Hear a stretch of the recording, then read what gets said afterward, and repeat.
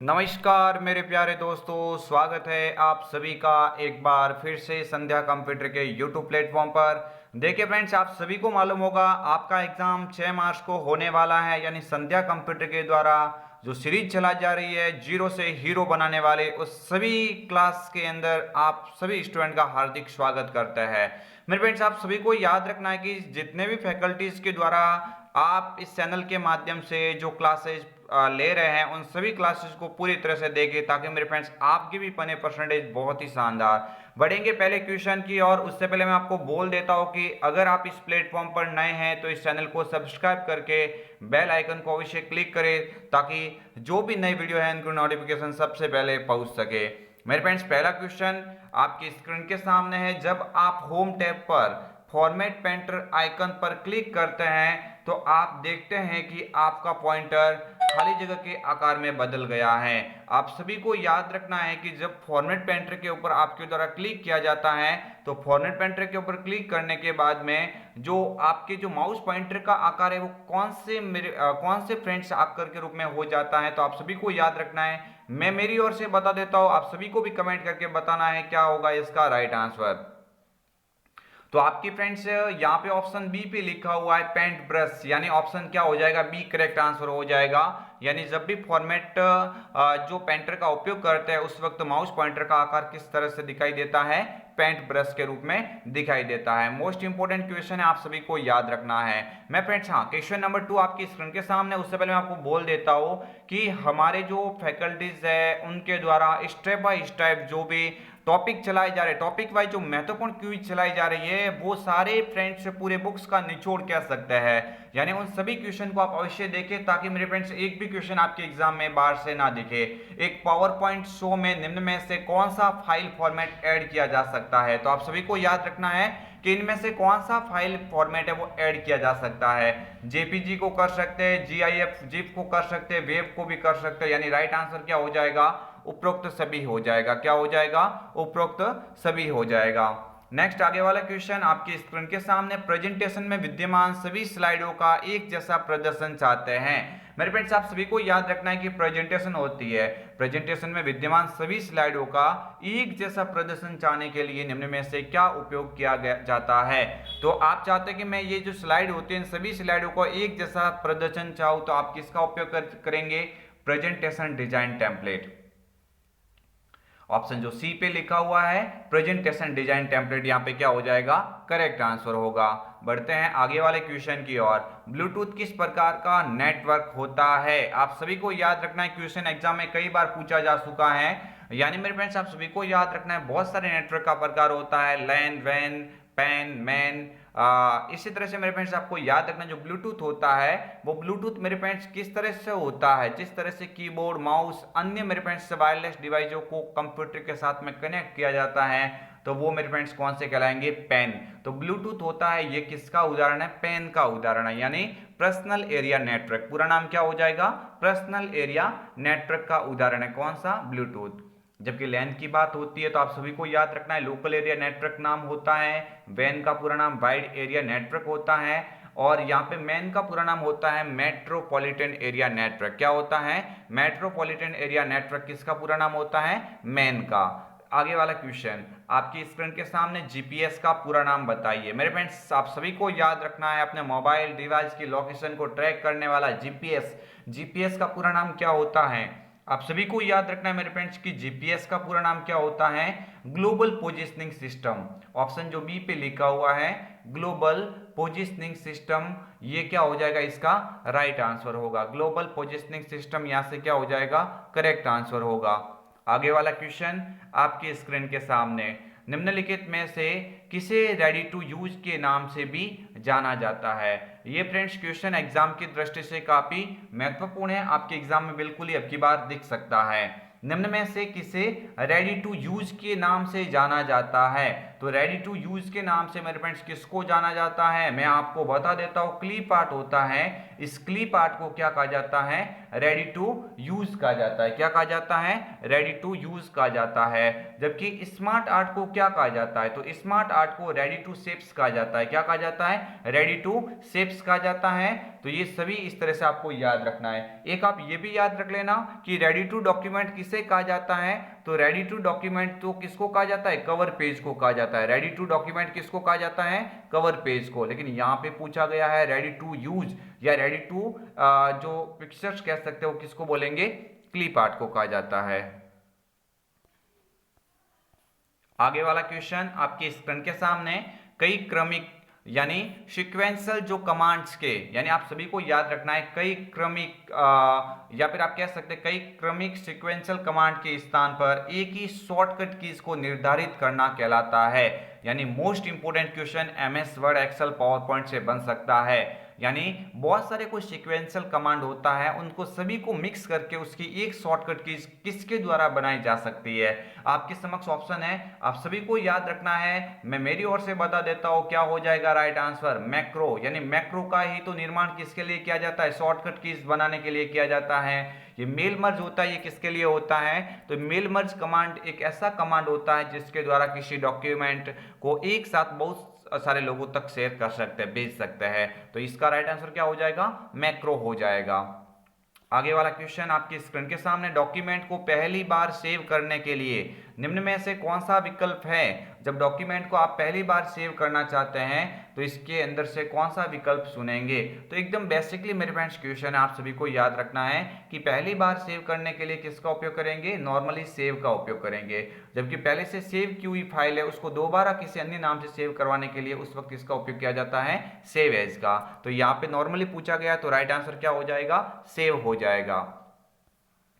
आगे वाला क्वेश्चन आपकी स्क्रीन के सामने, माइक्रोसॉफ्ट वर्ड 2010 में निम्न में से कौन सा बाय डिफॉल्ट टैब नहीं होता? मैं आप सभी को बोल देता हूं कि जो माइक्रोसॉफ्ट वर्ड होता है उसके अंदर आप विभिन्न प्रकार के टैब यहां पे देखते हो। बहुत सारे यहां पे फ्रेंड्स आपको पहले से दिए हुए टैब मिलते हैं। तो ये तो क्या होते हैं? डिफॉल्ट टैब होते हैं। जबकि ऐसे भी टैब होते हैं जो बाद में किसी कार्य को करते वक्त ओपन होते हैं। तो आप सभी को याद रखना है कि माइक्रोसॉफ्ट वर्ड 2010 में ऐसा कौन सा टैब है जो बाय डिफॉल्ट नहीं होता है?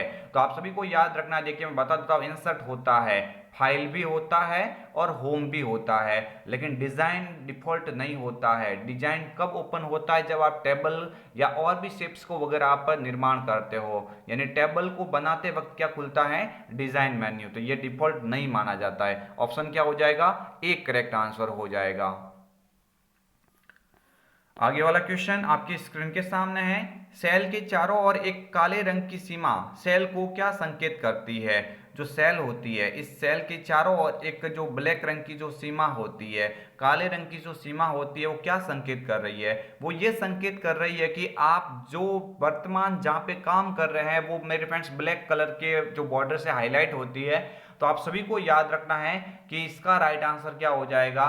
सेल संदर्भ, नेम बॉक्स, सक्रिय सेल या सेल पता। तो सक्रिय सेल हो जाएगा। क्या हो जाएगा? सक्रिय सेल, यानी उसके ऊपर वर्तमान में काम कर रहे, इसीलिए इसके चारों ओर ब्लैक रंग की क्या हो जाएगी? एक सीमा दिखाई देगी। आगे वाला क्वेश्चन आपकी स्क्रीन के सामने, मैं फ्रेंड्स आपको इसलिए ये जल्दी जल्दी करवा रहा हूं ताकि मेरे फ्रेंड्स आपको ये सारे क्वेश्चन में से हूबहू वही क्वेश्चन देखने को मिलेंगे, ये उम्मीद करते हैं, ये फ्रेंड्स दावा करते हैं। एक्सेल में चार्ट बनाते समय किसी सूचना को मुख्य रूप से दर्शाने के लिए निम्न में से किसका उपयोग किया जाता है? चार्ट बनाते समय सूचना को मुख्य रूप से दर्शाने के लिए, ये मेरे फ्रेंड्स क्वेश्चन काफी ही महत्वपूर्ण है। चार्ट बनाते समय सूचना को मुख्य रूप से दर्शाने के लिए किसका उपयोग किया जाता है? डेटा लेबल, टाइटल, सीट के नाम या टाइटल। तो आप सभी को याद रखना, एकदम बेसिकली क्वेश्चन है लेकिन एग्जाम के हिसाब से मोस्ट इंपोर्टेंट कह सकते हैं। एक्सेल में चार्ट बनाते समय किसी विशेष सूचना को मुख्य रूप से दर्शाना है तो मुख्य रूप से दर्शाने के लिए किसका उपयोग किया जाता है? डेटा लेबल का। किसका किया जाता है? डेटा लेबल का। आगे वाला क्वेश्चन आपकी स्क्रीन के सामने, डीएनएस का पूरा नाम बताइए। Domain name system. मेरे फ्रेंड्स आप सभी को कई बार मैंने बोला हुआ है, डीएनएस का पूरा नाम क्या होता है? डोमेन नेम सिस्टम हो जाएगा। ऑप्शन क्या हो जाएगा? ए यहां से राइट आंसर होगा। नेक्स्ट बढ़ते हैं। मैं फ्रेंड्स आपको बोल देता हूँ कि आज हमारे चैनल के ऊपर एक्सेल, वर्ड और पावर पॉइंट की महत्वपूर्ण धमाकेदार क्लास आपके इस चैनल के ऊपर अपलोड की गई है। सभी स्टूडेंट के डिमांड के अनुसार हमने टॉपिक वाइज यानी 1 से लगा के 16 चैप्टर तक आपके समक्ष क्वेश्चन पेश करने का वादा किया था, जिसमें से हमने 13 टॉपिक के क्वेश्चन आपको सीरीज वाइज प्रोवाइड करवा दिए हैं। आप उन सभी क्वेश्चन को, उन सभी वीडियोस को अवश्य देखना ताकि एग्जाम में कोई आपको दिक्कत ना हो। और फ्रेंड्स 3 वीडियो वो आपके समक्ष कल पेश हो जाएगा। मींस आपको मात्र 3 दिन के अंदर आपके दावे के हिसाब से आपको 16 टॉपिक के संपूर्ण क्वेश्चन आपको प्रोवाइड किए गए हैं। तो उन सभी क्वेश्चन को आप चैनल पे जाके अवश्य देखना ताकि मेरे फ्रेंड्स पूरी तरह से आपको उनका विश्लेषण समझ में आ सके। ऑपरेटिंग सिद्धांतों के आधार पर कंप्यूटर का सही वर्गीकरण है, तो आप सभी को याद रखना ऑपरेटिंग थ्योरी के अकॉर्डिंग सही वर्गीकरण कौन सा हो जाएगा? एनालॉग हो जाएगा, डिजिटल हो जाएगा और हाइब्रिड हो जाएगा।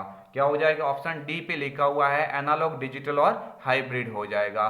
जबकि आपको आकार, भंडारण क्षमता और उसके परफॉर्मेंस के अकॉर्डिंग पे अगर पूछा जाता तो आप क्या करते? सुपर, मिनी, मेनफ्रेम और माइक्रो। आगे वाला क्वेश्चन आपकी स्क्रीन के सामने, प्रोग्रामों का संग्रह है जो विशेष प्रयोजन के लिए लिखा जाता है। प्रोग्रामों का कोई संग्रह होता है जो विशेष प्रयोजन के लिए लिखा जाता है। हार्डवेयर, सॉफ्टवेयर, ए और बी दोनों या उपरोक्त में से कोई नहीं। तो ये सभी को याद रखना है, प्रोग्राम का ही दूसरा नाम क्या होता है? सॉफ्टवेयर होता है। तो ऑप्शन क्या हो जाएगा? बी यहां से करेक्ट आंसर होगा। आगे वाला क्वेश्चन आपकी स्क्रीन के सामने है, निम्न में से कौन सा वैध प्रोजेक्टर कनेक्टिविटी विकल्प नहीं है? यानी आप सभी को याद रखना है, प्रोजेक्टर को कंप्यूटर से कनेक्ट करने के लिए काफी सारे विकल्प होते हैं। इनमें से ये पूछ रहा है कि आपको इनमें से कौन सा एक विकल्प दिख रहा है जो इसके अंदर नहीं आता। तो कंप्यूटर ओनली होता है, डुप्लीकेट होता है, एक्सटेंड भी होता है, लेकिन इन्वर्टेड नहीं होता। इन्वर्टेड के स्थान पे कौन सा होता है? प्रोजेक्टर ओनली होता है। कौन सा होता है? Projector only. आगे वाला क्वेश्चन आपकी स्क्रीन के सामने, पेस्ट स्पेशल कमांड आपको कॉपी और पेस्ट करने की सुविधा प्रदान करता है। ये क्वेश्चन एग्जाम में कई बार पूछा गया है और मैं बार बार इस क्वेश्चन को डाल रहा हूं। इसका मतलब अगली बार आपके आने की पूरी संभावना है कि जो पेस्ट स्पेशल कमांड होता है इसके द्वारा क्या किया जा सकता है? तो एक कॉपीड वैल्यू के द्वारा सिलेक्टेड को मल्टीप्लाई करने हैं तो सेल कमेंट्स द्वारा, या एक्चुअल फॉर्मूला के बजाय एक फॉर्मूला के परिणाम स्वरूप वैल्यूज द्वारा। तो यहाँ पे क्या हो जाएगा? ऑप्शन सी पे लिखा हुआ है, ये बिल्कुल इससे मिल रहा है, मिलान खा रहा है। ऑप्शन सी क्या हो जाएगा? करेक्ट आंसर हो जाएगा। आगे वाला क्वेश्चन, एक नाम बॉक्स होता है, यानी एक्सेल से संबंधित क्वेश्चन महत्वपूर्ण कह सकते हैं। एक नाम बॉक्स क्या होता है? तो नेम बॉक्स का मतलब क्या होता है? नेम बॉक्स का ही दूसरा नाम क्या होता है? एड्रेस बार होता है। तो पूर्व में रही एक्टिव सेल की लोकेशन को दर्शाता है, फॉर्मूला बार के बाईं ओर दिखाई देता है, स्टेटस बार के नीचे दिखाई देता है, या मेन्यू बार के नीचे दिखाई देता है। तो ये भी गलत है, ये भी गलत है, ये भी गलत है। तो क्या हो जाएगा? ऑप्शन बी पे लिखा हुआ है कि ये फॉर्मूला बार के बाईं ओर दिखाई देता है। तो ऑप्शन क्या हो जाएगा? बी यहां से करेक्ट आंसर होगा। ये जो महत्वपूर्ण इस तरह से आपको क्वेश्चन दिख रहे हैं, ये आपके आरईसीटी बुक्स के पीछे से जो एवरी टाइम बनने वाले क्वेश्चन में से एक है, तो इन क्वेश्चन को आप इग्नोर नहीं करेंगे। आगे वाला क्वेश्चन आपकी स्क्रीन के सामने, अकाउंट एक विशेष उपयोगकर्ता अकाउंट होता है जो कंप्यूटर पर लगभग विंडोज 10 की हर सेटिंग तक पहुंचा देता है। ये देखिए मेरे फ्रेंड्स, आपको मैं बता देता हूं, जब भी मैंने इसका क्वेश्चन आया था पहले दिन ही मैंने बताया था आपको कि जब विशेष उपयोगकर्ता अकाउंट का नाम आ जाए, कौन सा? विशेष उपयोगकर्ता अकाउंट, यानी विशेष उपयोगकर्ता अकाउंट तो कौन सा होता है? एडमिनिस्ट्रेटर होता है। कौन सा होता है?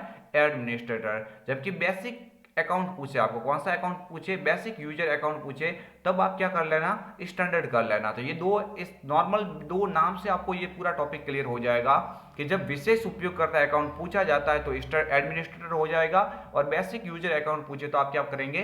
स्टैंडर्ड। तो यहाँ पे क्या लिखा हुआ? विशेष उपयोगकर्ता अकाउंट जो कंप्यूटर के लगभग हर सेटिंग तक पहुंचा देता था, वो कौन सा हो जाएगा? एडमिनिस्ट्रेटर। जबकि एक बेसिक यूजर अकाउंट जो अभिभावकीय नियंत्रण रखने के लिए काम में लिया जाता है, तो वो कौन सा हो जाएगा? स्टैंडर्ड हो जाएगा। ये दो प्रकार के कंप्यूटर के अंदर क्या होते हैं? यूजर अकाउंट होता है। आगे वाला क्वेश्चन आपकी स्क्रीन के सामने, विशेष प्रकार के प्रिंटर होते हैं जो बड़े आकार वाले इंजीनियरिंग चित्र और उसी प्रकार के बड़े ग्राफिक्स बनाने के लिए बनाए गए हैं। तो ये सभी को याद रखना है कि विशेष प्रिंटर होता है जो बड़े आकार वाले इंजीनियरिंग चित्र और उसी प्रकार के बड़े ग्राफिक्स को बनाने के लिए कौन सा उपयोग में लिया जा रहा है डिवाइस। तो आप सभी को याद रखना है, right answer is A option D, plotter हो जाएगा। क्या हो जाएगा? प्लॉटर यहाँ पे करेक्ट आंसर होगा। ये प्लॉटर होता है, ये सबसे उच्च क्वालिटी वाले वेक्टर का उत्पादन करता है। आगे वाला क्वेश्चन आपकी स्क्रीन के सामने, निम्न में से कौन सा एक सेंट्रल प्रोसेसिंग यूनिट का भाग है? तो सेंट्रल प्रोसेसिंग यूनिट का भाग कौन सा हो जाएगा? कीबोर्ड हो जाएगा, माउस हो जाएगा, प्रिंटर हो जाएगा, एएलयू हो जाएगा। तो आप सभी को याद रखना है सीपीयू का मुख्य भाग इनमें से कौन सा कहलाएगा? एएलयू कहलाएगा, यानी अर्थमेटिक लॉजिक यूनिट। ऑप्शन क्या हो जाएगा? डी करेक्ट आंसर होगा। नेक्स्ट आगे वाला क्वेश्चन आपकी स्क्रीन के सामने, एसएसओ के तहत नागरिक पंजीकरण कैसे कर सकता है? तो एसएसओ का पूरा नाम सिंगल साइन ऑन होता है, इसके माध्यम से आप कैसे पंजीकरण कर सकते हैं? तो आधार नंबर के जरिए कर सकते हैं, भामाशाह क्रमांक के जरिए कर सकते हैं। तो यहाँ पे क्या हो जाएगा? ए और बी दोनों हो जाएगा। क्या हो जाएगा? ए और बी दोनों यहाँ से क्या हो जाएंगे? करेक्ट हो जाएंगे। ठीक है, आगे वाला क्वेश्चन आपकी स्क्रीन के सामने है, जन सूचना पोर्टल। आप सभी को याद रखना है, क्वेश्चन आपके एग्जाम में कई बार ये पूछा गया है और अब की बार भी आने की पूरी संभावना है। तो आप सभी को याद रखना है, जन सूचना पोर्टल के संदर्भ में कौन सा कथन सत्य नहीं है। मैंने परसों भी ये क्वेश्चन डाला था, तो आपके सामने ये जो भी ऑप्शन दे रखे ये सारे राइट है। ऑप्शन सी भी राइट है, ऑप्शन बी भी राइट है और डी भी राइट है, लेकिन इसमें एक लिखा गया कि सत्य नहीं है। तो नहीं है कौन सा हो जाएगा? इसमें लिखा गया है कि सूचना प्राप्त करना चाहते तो आधार पंजीकरण आवश्यक है। तो ये ऐसा कोई इसमें जरूरी नहीं है, ये आपको याद रखना है। ये ऑप्शन ए है, ये क्या हो जाएगा? यहाँ से कथन सत्य नहीं है, यानी सूचना प्राप्त करने के लिए आधार कार्ड पंजीकरण की आवश्यकता नहीं होती है। आप सभी को याद रखना है कि जन आधार और जन सूचना पोर्टल दोनों अलग अलग होते हैं। अभी बात किसकी हो रही है? जन सूचना पोर्टल की। आगे वाला क्वेश्चन आपकी स्क्रीन के सामने, ईपीडीएस का पूरा नाम। ईपीडीएस का पूरा नाम क्या होता है? आप सभी को याद रखना है, ईपीडीएस का पूरा नाम क्या होता है? Electronic public distribution system. क्या हो जाएगा? इलेक्ट्रॉनिक पब्लिक डिस्ट्रीब्यूशन सिस्टम हो जाएगा। ऑप्शन ए यहां से बिल्कुल करेक्ट आंसर होगा। नेक्स्ट आगे वाला क्वेश्चन आपकी स्क्रीन के सामने, ऑनलाइन शिकायत निवारण हेतु राजस्थान सरकार का पोर्टल है। ऑनलाइन शिकायत निवारण प्रणाली हेतु राजस्थान सरकार का पोर्टल कौन सा हो जाएगा? तो आप सभी को याद रखना है कि इसका राइट आंसर क्या हो जाएगा? राजस्थान संपर्क। मेरे फ्रेंड्स, आप सभी स्टूडेंट ऐसे बांध रहे होंगे कि ये वो के वो क्वेश्चन कोई आ रहे हैं, तो आप सभी को याद रखना है आपके सिलेबस में जो भी क्वेश्चन है वो हमने जितने भी अभी तक मतलब 30 से 40 मॉडल पेपर करवाए उन सभी में कवर करवा दिया है, उससे बाहर एक भी क्वेश्चन नहीं आएगा। और मैं फ्रेंड्स अभी क्या करूंगा कि इन सभी क्वेश्चन को हम रिवाइज करवाएंगे, तो रिवाइज करवाएंगे तो नीचे थी कोई क्वेश्चन आपके समक्ष रिपीट होते रहेंगे और रिपीट वही होंगे जो आपके एग्जाम में अब की बार बिल्कुल आने की संभावना है। आगे वाला क्वेश्चन आपकी स्क्रीन के सामने, राजस्थान जन आधार योजना के संदर्भ में डीबीटी का पूरा नाम बताइए। डीबीटी का पूरा नाम क्या होता है? राजस्थान जन आधार योजना के संदर्भ में डीबीटी का पूरा नाम यानी डायरेक्ट बेनिफिट ट्रांसफर होता है। क्या हो जाएगा इसका right answer? Direct benefit transfer. Option कहां पे लिखा हुआ है? सी पे लिखा हुआ है इसका राइट आंसर। आगे वाला क्वेश्चन आपकी स्क्रीन के सामने, राजस्थान जन आधार योजना के संदर्भ में निम्न में से कौन सा कथन सत्य नहीं है?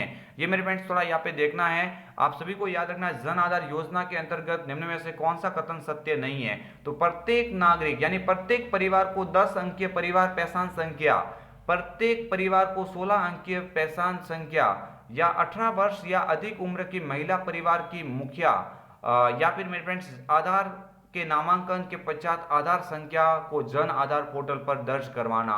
तो आप सभी को याद रखना है कि इसमें क्या पूछा गया? सत्य नहीं है। तो देखिए आप सभी को याद रखना है कि 10 संख्या होती है, इसमें कितनी होती है? 10 संख्या होती है, लेकिन यहाँ पे 16 अंक तो किसका होता है? आधार कार्ड का होता है। तो ये जो ऑप्शन ए भी राइट है, सी भी राइट है और डी भी राइट है, लेकिन ऑप्शन बी पे लिखा हुआ कि ये 16 अंकीय पहचान संख्या है। 16 अंकीय तो कौन सा होता है? आधार कार्ड होता है। तो यहाँ पे ऑप्शन बी पे लिखा हुआ है, ये कौन सा हो जाएगा?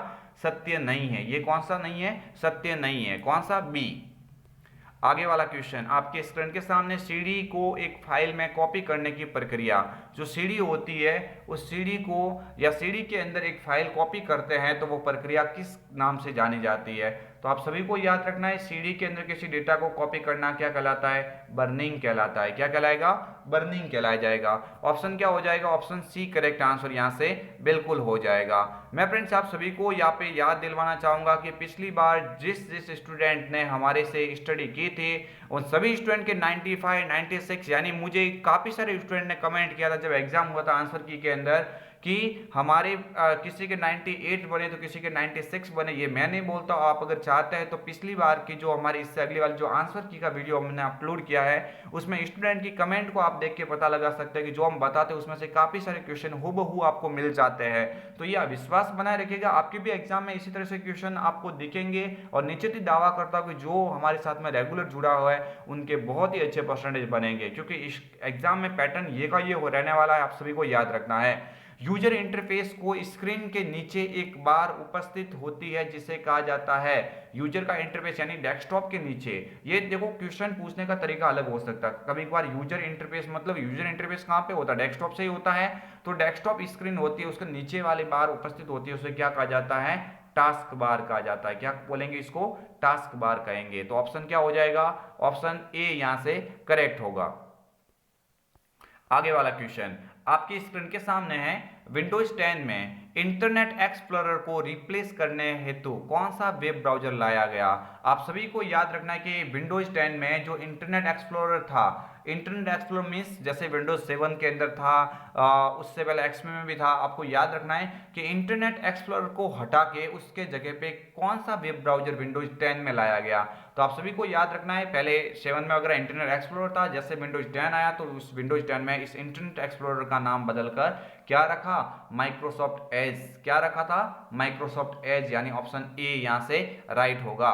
आगे वाला क्वेश्चन आपकी स्क्रीन के सामने है, निम्न में से कौन सी मेमोरी प्रति सेकंड कई बार रिफ्रेश होती है। रिफ्रेश होती है कौन सी ऐसी मेमोरी जो हर समय रिफ्रेश होती रहती है, प्रति सेकंड रिफ्रेश होती रहती है। तो आप सभी को याद रखना है कि स्टैटिक का मीन्स तो स्थिर होता है, स्थिर का मीन्स वो स्टैटिक का मतलब कई बार रिफ्रेश नहीं होगी, वो स्थिर रहती है। तो कौन सा हो जाएगा, डायनामिक रैम हो जाएगा। कौन सा हो जाएगा, डायनामिक रैम, ऑप्शन बी यहां से करेक्ट होगा। बढ़ते हैं आगे वाले क्वेश्चन की ओर। विंडोज 10 में स्टार्ट बटन का उपयोग किसके लिए किया जाता है। सभी को आना चाहिए मेरे फ्रेंड्स ये कि विंडोज 10 में जो स्टार्ट बटन का उपयोग किसके लिए करते हैं, एप्लीकेशन को लॉन्च करेंगे तो भी करेंगे, सिस्टम को बंद करने के लिए भी करेंगे, डिवाइस सेटिंग करने के लिए भी इसका उपयोग करेंगे। लेकिन राइट आंसर यहाँ पे सभी मिलान खा रहे, इसलिए क्या हो जाएगा, उपरोक्त सभी हो जाएगा। क्या हो जाएगा मेरे फ्रेंड्स, उपरोक्त सभी हो जाएगा। आगे वाला क्वेश्चन, निम्न में से कौन सा ऑपरेटिंग सिस्टम मल्टीटास्किंग को वास्तव में लागू नहीं करता है। मल्टीटास्किंग को इसमें से कौन सा ऑपरेटिंग सिस्टम है जो मल्टीटास्किंग को लागू नहीं करता। मल्टीटास्किंग का मीन्स आप कह सकते हैं, तो यहाँ पे मल्टीटास्किंग को लागू कौन सा नहीं करेगा, विंडोज 98 करेगा, विंडोज एनटी होगा, विंडोज एक्सपी होगा, लेकिन एमएस डॉस है, ये एक समय में एक ही कार्य कर सकता है, यानी ऑप्शन क्या हो जाएगा, डी। ऑप्शन डी यहाँ से क्या हो जाएगा, करेक्ट आंसर। एमएस डॉस यहाँ से बिल्कुल ही करेक्ट आंसर होगा।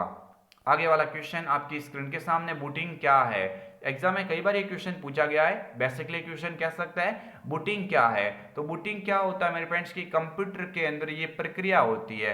ये मेरे फ्रेंड्स दिखता नहीं है कि बूटिंग कैसा होता है, वो दिखता नहीं है, लेकिन आप सभी को याद रखना एक प्रोसेस होती है। जब भी आप कंप्यूटर को स्टार्ट करते हैं तो स्टार्ट करने के बाद में पूर्णतया कंप्यूटर स्टार्ट होने तक जो प्रक्रिया होती है उसी को बूटिंग कहा जाता है। तो कंप्यूटर को स्टार्ट करना ही क्या कहलाता है, बूटिंग कहलाता है। ऑप्शन क्या हो जाएगा, ए यहाँ से करेक्ट होगा। आगे वाला क्वेश्चन, एमएस पावर पॉइंट में डुप्लीकेट स्लाइड इंसर्ट करने की शॉर्टकट कुंजी कौन सी है। आप सभी को याद रखना है एमएस पावर पॉइंट में डुप्लीकेट का मीन्स उसके जैसी की जैसी जो पहले दिख रही है, तो उसके जैसी की जैसी डुप्लीकेट स्लाइड डालने की शॉर्टकट की क्या हो जाएगी, कंट्रोल डी। क्या हो जाएगी, कंट्रोल डी हो जाएगी। ऑप्शन कहाँ पे लिखा हुआ, सी पे लिखा हुआ है। लेकिन डुप्लीकेट की जगह पे अगर न्यू स्लाइड पूछे, क्या पूछे, न्यू स्लाइड की बात पूछी जाती है। अगर आपको कौन सी, न्यू स्लाइड की अगर आपको बात पूछी जाती, न्यू स्लाइड की क्या हो जाती, कंट्रोल एन हो जाती, और न्यू फाइल की क्या होती है, कंट्रोल एम।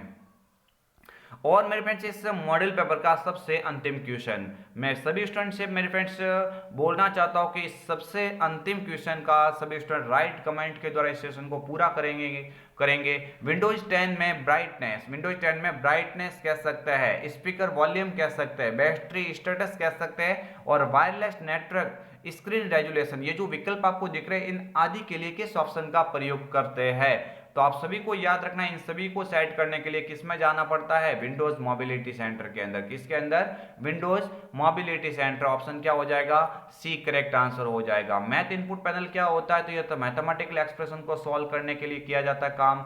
वर्डपैड एक बेसिक एप्लीकेशन प्रोग्राम होता है। स्निपिंग टूल्स ये क्या होता है, ये स्क्रीनशॉट लेने के लिए एक टूल्स होता है जहाँ से आप स्क्रीनशॉट ले सकते हैं सिस्टम के अंदर। तो मैं फ्रेंड्स ये आपके लिए मैं लेके आया था महत्वपूर्ण 35 क्वेश्चन। मुझे उम्मीद है, आशा है आपको ये वीडियो पसंद आया होगा। अगर आपको ये वीडियो पसंद आया है तो इस वीडियो को लाइक करें और ज़्यादा से ज़्यादा स्टूडेंट के बीच में इस वीडियो को अवश्य शेयर करें। हाँ, मैं आपको एक और भी बात बोलना चाहता हूँ कि अभी भी आपके पास में टाइम है 2 से 3 दिन का। आप सभी स्टूडेंट आज ही चैनल के ऊपर जाइए और RSIT के अंदर जो प्लेलिस्ट बनी हुई है हमारे चैनल के ऊपर, RSIT महा मैराथन के नाम से जो लिस्ट बनी हुई है, उस सभी वीडियोस को यानी उस एक वीडियो यानी 3.5 घंटे का एक वीडियो उसको अवश्य देखें ताकि एक ही वीडियो में आपका सुपड़ा हो पूरा साफ। यानी कहने का मतलब पूरी तरह से एक ही वीडियो में आप पूरा RSIT कोर्स कंप्लीट करना चाहते हो तो आज ही जाइए, जिसमें विश्लेषण के द्वारा आपको समझाया गया है। और दूसरी बात मैं बोलना चाहता हूं, अगर आप चाहते हैं कि मेरे भी परसेंटेज हुए आसमां, यानी आप चाहते हैं कि मेरे भी बहुत सारे अच्छे परसेंटेज बने, तो आप जो संध्या कंप्यूटर के जितने भी फैकल्टीज है उनके द्वारा जो स्टेप बाय स्टेप जो सीरीज चलाई जा रही है उस सीरीज को अवश्य देखना, ताकि मैं फ्रेंड्स क्या बोलता हूँ, आप सभी स्टूडेंट उनमें से काफी सारे क्वेश्चन का डाउट अच्छी तरह से क्लियर कर सके। मिलेंगे कल एक और अन्य वीडियो के साथ में, तब तक के लिए जय हिंद, वंदे मातरम, जय भारत। होने वाले RSIT एग्जाम के लिए सभी स्टूडेंट को बेस्ट ऑफ लक।